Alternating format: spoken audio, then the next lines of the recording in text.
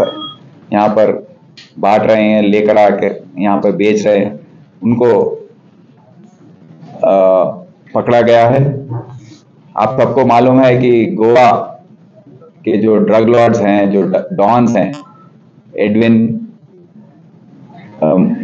मुरुगन, डिसूजा, बोरकर जैसे बड़े बड़े ड्रग किंगपिन्स जो थे, उन सबको पिछले 4-5 महीने में एचन्यू वालों ने जाकर वहां पर उनको पकड़कर लेकर आया और थोड़ों को हैदराबाद में पकड़ा।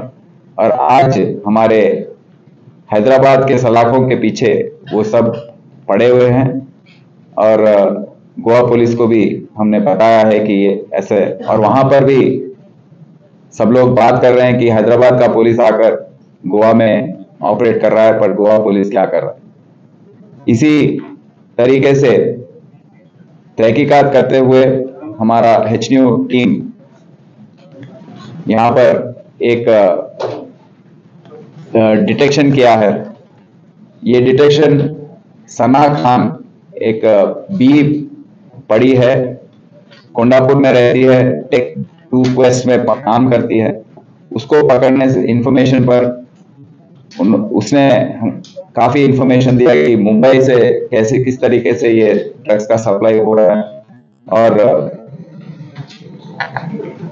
वो बार बार वहां जाती है, कंजम्पशन के अलावा थोड़ा एक्स्ट्रा लेकर आकर यहाँ पर उनके दोस्तों के जो ग्रुप है उसमें बेचती है।